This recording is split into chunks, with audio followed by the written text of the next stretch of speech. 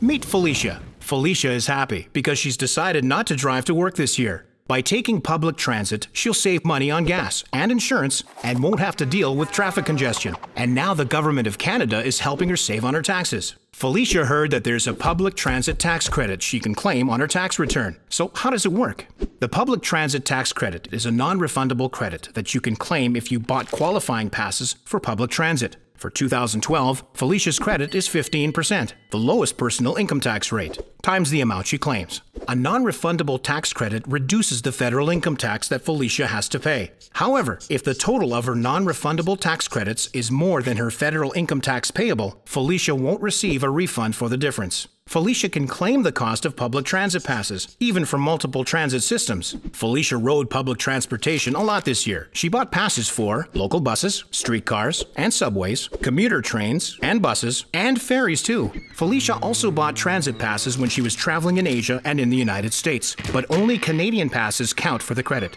But Felicia bought all kinds of public transit passes. What kinds are eligible? The passes must be for unlimited travel, so one-way and return tickets by themselves don't count. Yearly passes and monthly passes are eligible. Shorter duration passes count too, if they gave Felicia unlimited travel for at least 5 days, and if she purchased enough to travel for at least 20 days in any 28-day period. Felicia's electronic payment cards are eligible too, if she used the same card to make at least 32 one-way trips in not more than 31 consecutive days.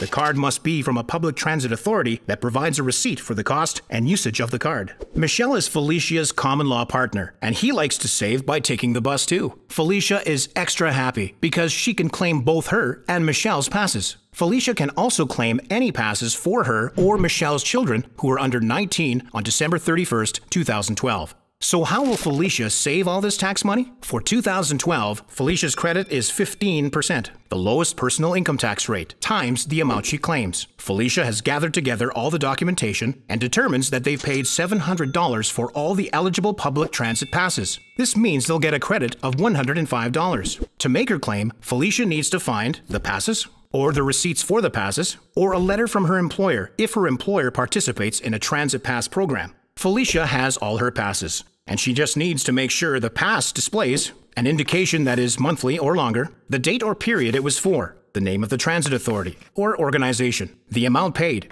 and the identity of the rider by name or unique identifier. If the passes don't show all this information, canceled checks or credit card statements, along with the passes, will be accepted. If she can't find the receipts or the passes, bank statements that display the purpose of the debit are okay too. Fortunately, Felicia doesn't need to send in her passes, cards, and receipts when she files her income tax return, but she does need to keep them in case the CRA needs to see them. To get her credit, Felicia should add up all the amounts and fill in line 364 on her income tax return with the total. But she should remember to only claim the portion of the passes that she paid. And when she files her taxes this year, Felicia may save money, on top of all the savings she's already banked by riding transit. Felicia is so happy she might buy a game system to use while she's riding the bus. Want to save like Felicia? Here's a link to help you claim the public transit tax credit.